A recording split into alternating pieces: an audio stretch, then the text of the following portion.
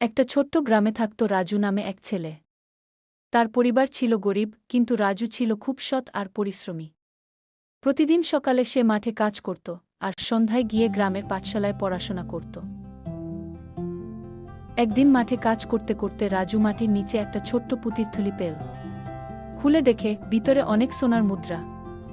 রাজুর চোখ বড় বড় হয়ে গেল। এমন সম্পদ সে কখনো দেখেনি। কিন্তু খানিক বাদেই সে ভাবে, এই মুদ্রাগুলো নিশ্চয়ই কারো হারিয়ে গেছে।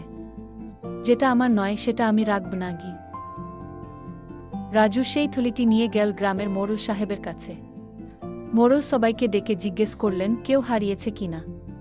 কিছুক্ষণ পর এক বৃদ্ধ লোক কাঁদতে কাঁদতে এগিয়ে এলেন। তিনি বললেন,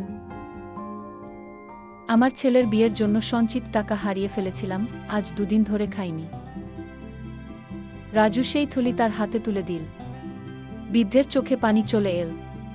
তিনি বললেন, তুই তো দেবদূতের মতো বাবা। মোড়ল সাহেব বললেন, রাজুর সততা আমাদের সকলের জন্য উদাহরণ। এই ছেলে একদিন অনেক বড় হবে।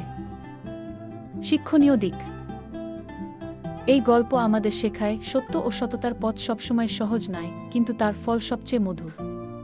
জীবনের যে কোনো পরিস্থিতিতে সৎ থাকাই মানুষের সবচেয়ে বড় গুণ।